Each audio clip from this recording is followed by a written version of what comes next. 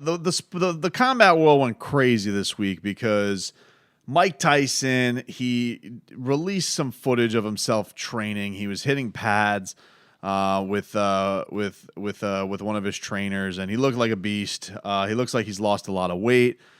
And, in boxing, we just can't help ourselves. We love nostalgia. Combat sports, we love nostalgia. We love the old guys coming back. Bellator has made it a bedrock of their organization now for the last 5 years or so.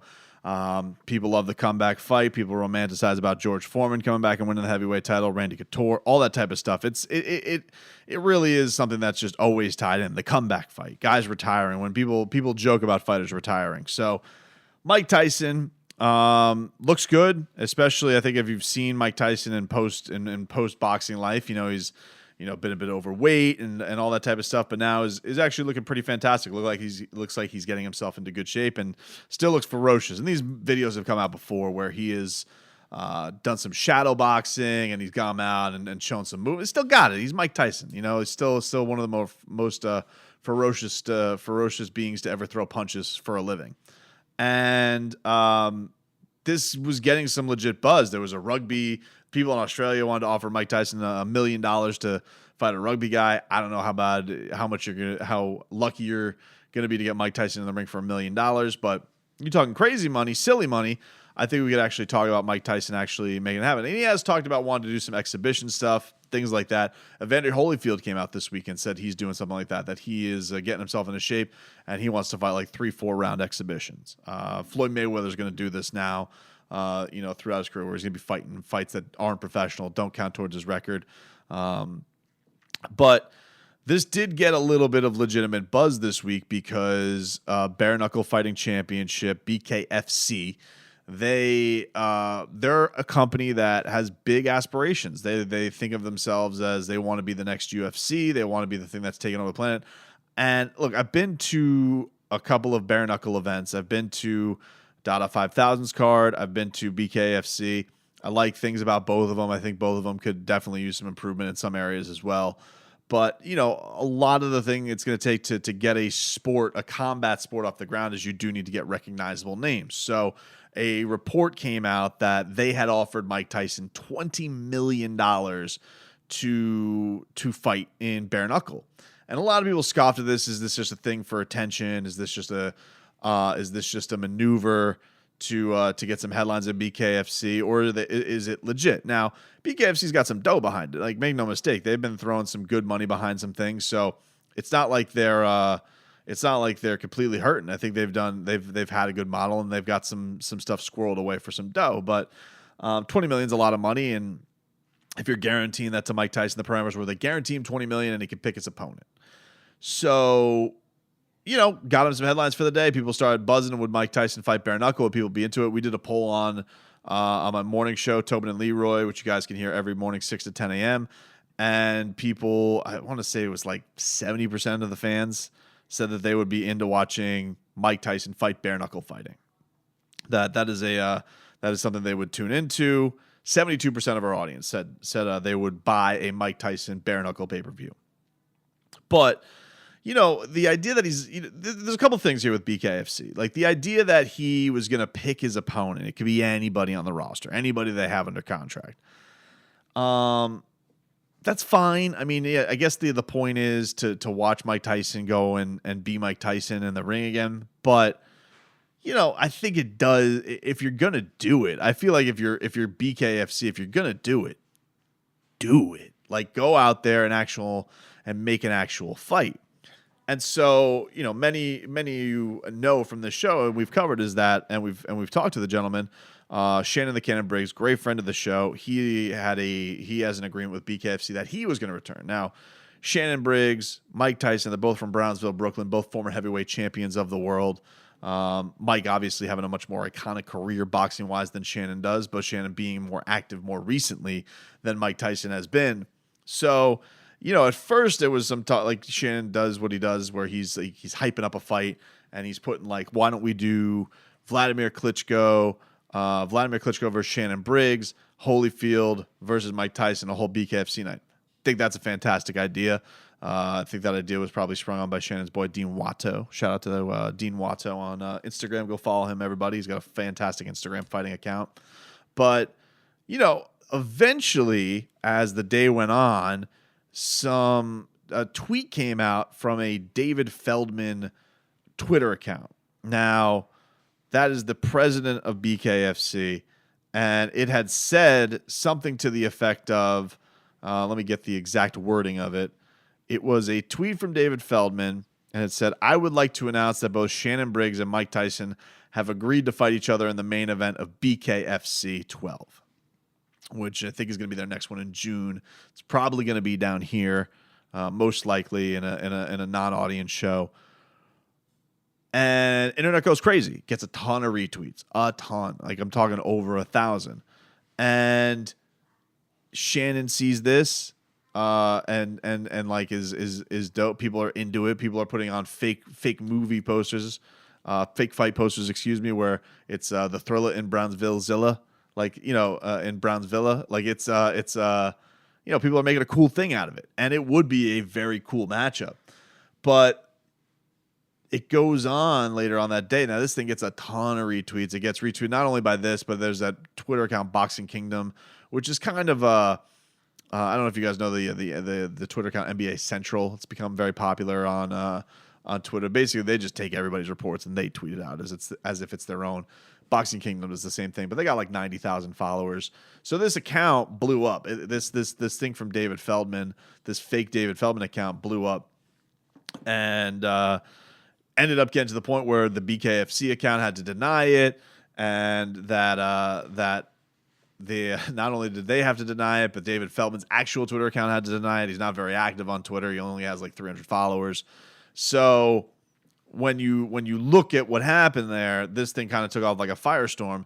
Now, a couple things happened. So one, the bare knuckle arena is not very well known. This isn't like, they don't have like a Kevin Iole, or they don't have an Ariel Helwani. They don't have a go-to person who is the media source for bare knuckle. Like, so when you see some guy who's got the same profile, the same name, and basically just flipped a couple letters again, and this fake account, what it was basically just a troll account. It was just a guy who just switched his name. So it ended up being like some guy who's like a Twitter handle is like McGregor Rousey, and just switched his name to David Feldman. It's not that hard to do. If you don't have a blue check mark, there's really no consequences to doing it. Like, for example, like if I were to switch my name, from Brendan Tobin to Adam Schefter, but I spell my M with two N's, the one thing you would know with my name is my blue check mark would go away.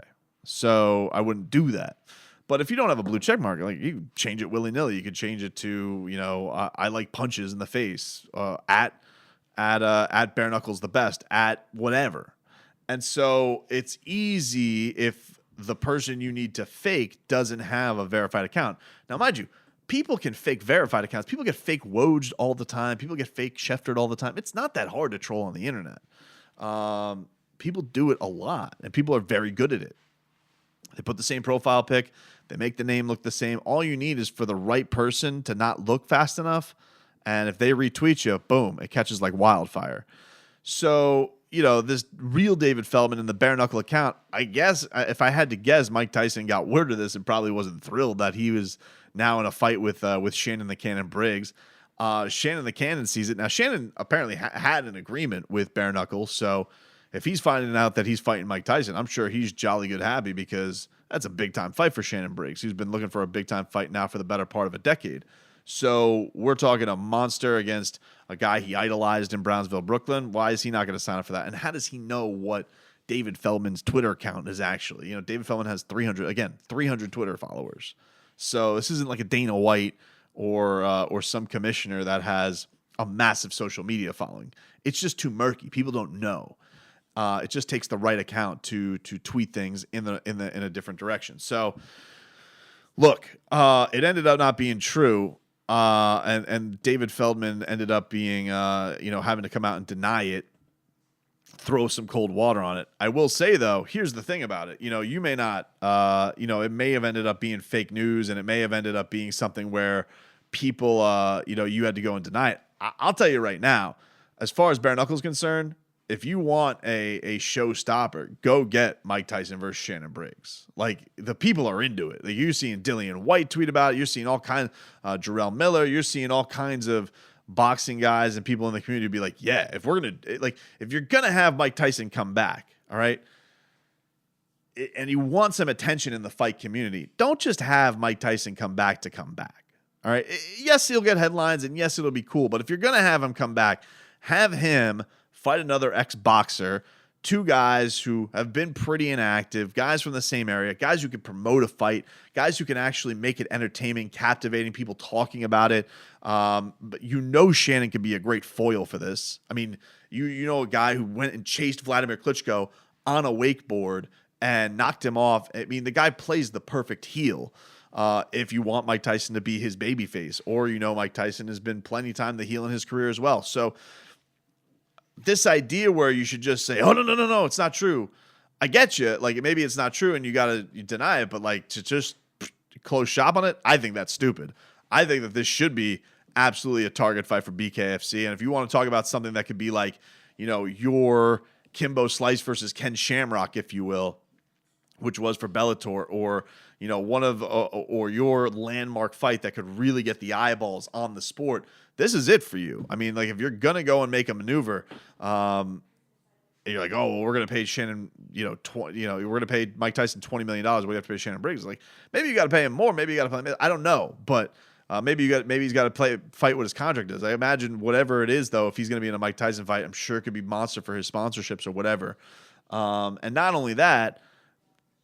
That, I think, is going to get you the most legit amount of pay-per-view buys of people wanting to fork over their money to watch a fight. You can go see Mike Tyson fight a schlub, and you could go see him fight just whomever on the BKFC roster. That's fine. I mean, you could go watch a squash match, or you could watch a fantasy matchup.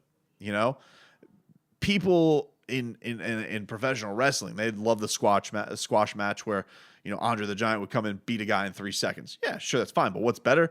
Andre the Giant versus Hulk Hogan.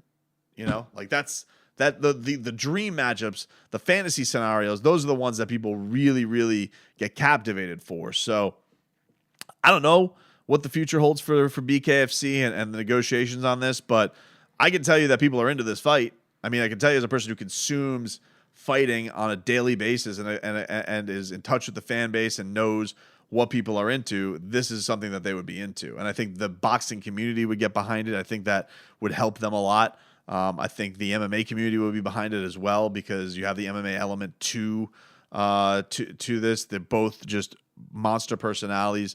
You have an uber star in Mike Tyson coming back, and he's actually fighting somebody that people have heard of.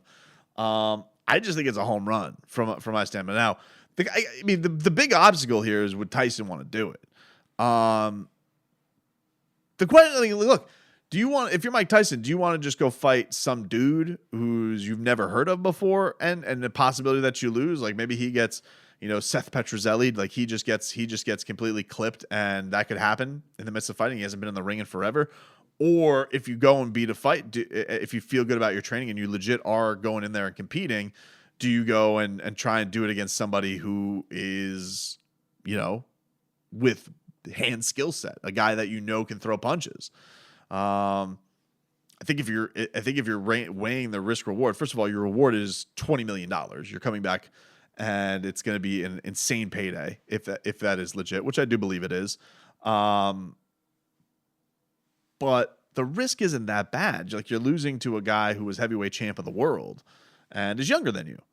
If you lose to somebody nobody's ever heard of, then it becomes a sad story. You know what I mean? Like, there's no shame in Mike Tyson coming back for $20 million and losing to Shannon the Cannon Briggs.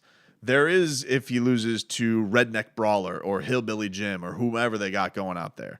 I mean, look, if he does it against somebody legit like Hector Lombard, okay. But, at that point, do you want to fight a guy like Hector Lombard, or do you want to fight a guy like Shannon Briggs? I mean, what at that point, if you're BKFC, wouldn't you just rather him fight the more famous guy or the matchup that's going to do better?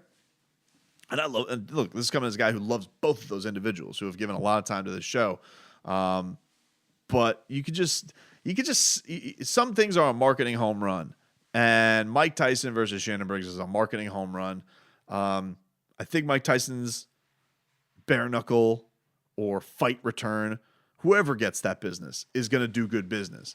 But if you already have one piece under the tent in Shannon Briggs, you already have a piece of the circus. You go get yourself this crazy extra act of Mike Tyson to come in there.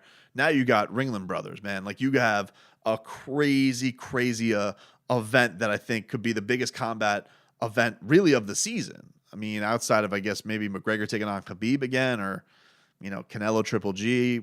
I think you have Mike Tyson's return in a combat sporting event against a guy in his same age range that will promote the hell out of the fight. I think that's the go-to move. I don't say, Mike Tyson, you get to fight whoever you want to say. I'm giving you $20 million. You have to take on a guy who's, how old is Shannon? 48? 48 years old? He's 48 years old. It's not like you're going in there and you're taking on a 36-year-old Shannon Briggs. He's 48 years old. 48 years old. He's been out of action for 5 years.